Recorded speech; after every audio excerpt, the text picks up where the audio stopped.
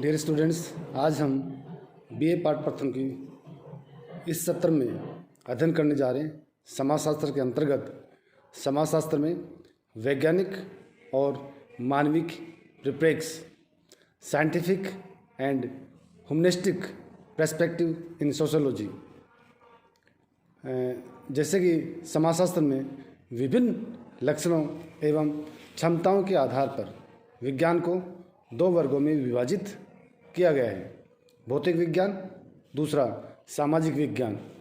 भौतिक विज्ञान के अंतर्गत खगोल विज्ञान है, भौतिक शास्त्र है, रसायन शास्त्र है, भूविज्ञान है, जीव विज्ञान है आदि विषय रखे गए हैं। इन विज्ञानों की प्रकृति वैज्ञानिक होती है।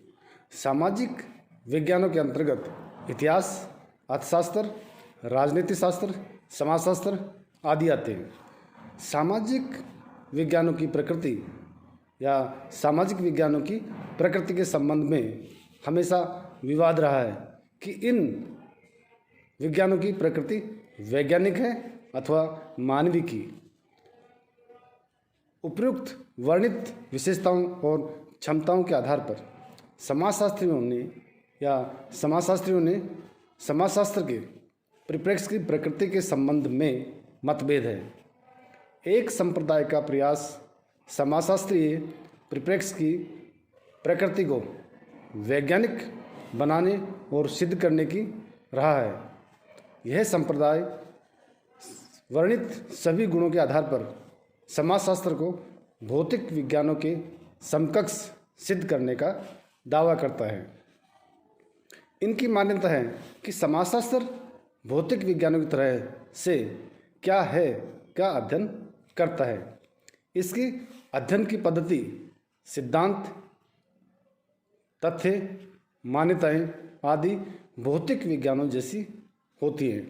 लेकिन दूसरा जो संप्रदाय है उसकी मान्यता है कि इसकी प्रकृति मानवीय की है, अर्थात समाजशास्त्र क्या है के साथ साथ क्या होना चाहिए का भी अध्ययन करता है। समाजशास्त्र की अनेक सीमाएं हैं। इनके पास प्रयोगशाला नहीं है, इसलिए इसकी प्रकृति वैज्ञानिक नहीं हो सकती।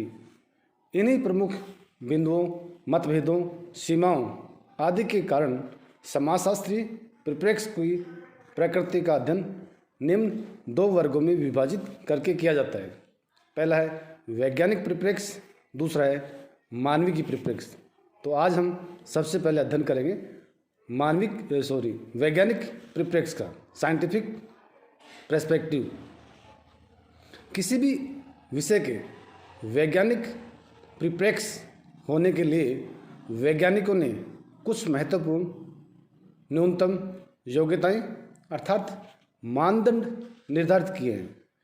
विषय के वैज्ञानिक परिप्रेक्ष्य के लिए मानदंडों के अनुसार खरा उतरना आवश्यक है और ये मानदंड है वैज्ञानिक अध्ययन पद्धति, जिसके अंतर्गत समस्या का कथन या उपकल्पना का निर्माण, तथ्यों का अवलोकन, परीक्षण, संकलन, तथ्यों का सारणीयन, संगठन, सामान्यीकरण, निष्कर्ष, वैज्ञानिक सिद्धांत का निर्माण एवं प्रतिवेदन आदि आते हैं।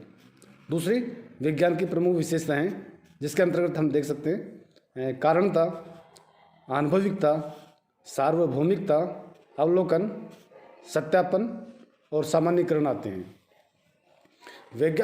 समाजशास्त्र में वैज्ञानिक परिप्रेक्ष्य का विकास किस तरह से हुआ। समाजशास्त्र के परिप्रेक्ष्य को वैज्ञानिकता प्रदान करने के लिए अनेक प्रयास किए गए हैं। ऐसे प्रयास समाजशास्त्र के प्रवर्तकों या समाजशास्त्र में जो प्रमुख समाजशास्त्री हैं उनके द्वारा, जैसे कॉम्ट हैं, स्पेंसर है, दुर्खेम और मैक्स वेबर से लेकर पेरेटो, पार्सन्स और मर्टन और किंग्सले डेविस आदि उल्लेखनीय हैं, जो समाजशास्त्र के वैज्ञानिक परिप्रेक्ष्य के विकास में अपने विचार प्रस्तुत करते हैं। सबसे पहले हम बात करेंगे कि ऑगस्ट कॉम्टे जो समाजशास्त्र के वैज्ञानिक परिप्रेक्ष्य के विकास के बारे में क्या बताते हैं। ऑगस्ट कॉम्ट ने समाजशास्त्र को अनेक प्रकार से वैज्ञानिक परिप्रेक्ष्य प्रदान करने का प्रयास किया है। अगस्त कॉम्टे ने समाजशास्त्र को एक संपूर्ण इकाई मानकर इसकी उत्पत्ति और विकास एवं संरचना एवं कार्यों का अध्ययन करने वाले विषय को वैज्ञानिक परिप्रेक्ष्य प्रदान करने के उद्देश्य से ही इसका नाम समाजशास्त्र रखा था। अगस्त कॉम्टे की मान्यता थी कि ज्ञान का विकास निश्चित चरणों में सीधी रेखा में सरल से जटिल की ओर होता है।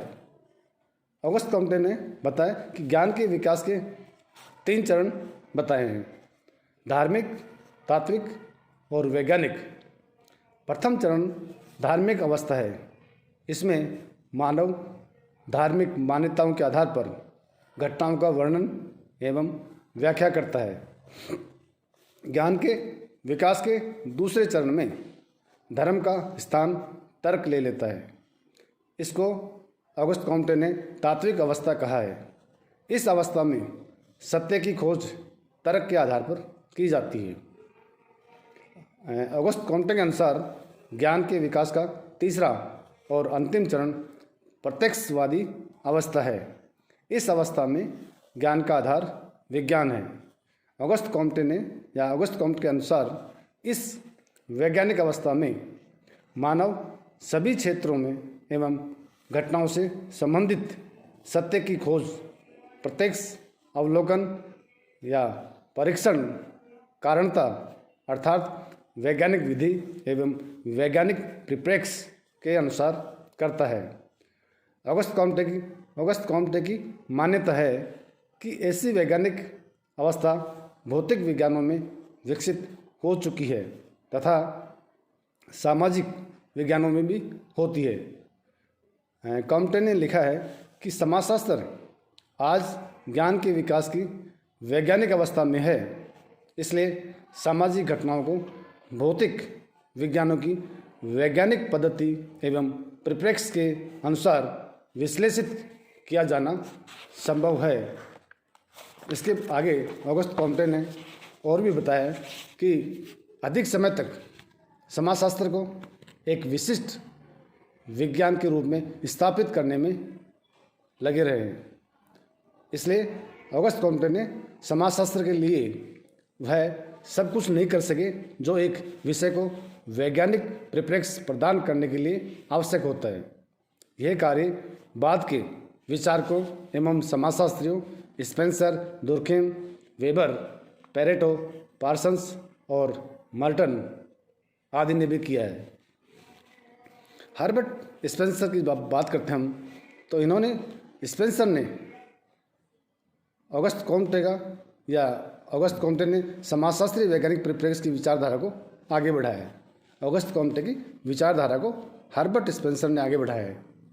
हर्बर्ट स्पेंसर ने धर्म और विज्ञान के संबंध में विचार व्यक्त किए हैं और लिखा है कि संसार में ज्ञातव्य और अज्ञातव्य 2 प्रकार की वस्तुएं होती हैं। ज्ञातव्य वस्तुएं आनुभविक तथ्य होते हैं जिन्हें मानव देख सकता है और समझ सकता है। अज्ञातव्य वस्तुएं मानवीय ज्ञान, अनुभव तथा समझ की सीमा से बाहर होती हैं, जिनकी व्याख्या एवं प्रभाव अलौकिक शक्ति अर्थात धर्म के आधार पर की जाती है। इस प्रकार से आपने धर्म और विज्ञान के दृष्टिकोण में समझौता स्पष्ट किया है। अगस्त कॉम्टे प्राणीशास्त्र के वैज्ञानिक सिद्धांतों के आधार पर भी समाज की व्याख्या प्रस्तुत करते हैं। आपने हर्बर्ट स्पेंसर ने प्राणीशास्त्रीय सिद्धांतों जैसे साविवी उद्विकास को समाज, धर्म आदि पर लागू किया है और निष्कर्ष भी निकाला है कि समाज और सावयव में अनेक समानताएं हैं तथा इन दोनों की उद्विकास की प्रक्रिया के चरण भी सरल से जटिल या सरलता से जटिलता की ओर होते हैं। स्पेंसर ने समाज एवं धर्म के उद्विकासी सिद्धांत का प्रतिपादन किया है। हर्बर्ट स्पेंसर ने समाज के अध्ययन को वैज्ञानिकता प्रदान करने में उल्लेखनीय योगदान दिया है तथा प्राकृतिक विज्ञानों के सिद्धांतों एवं विचारों को समाज पर उतारकर समाजशास्त्र की वैज्ञानिकता के परिप्रेक्ष्य को आगे बढ़ाया है। अब इसी वैज्ञानिक परिप्रेक्ष्य में हम आगे जब बात करेंगे अगले सत्र में, उसमें हम बात करेंगे इमानुएल दुर्खेम के विचारों की।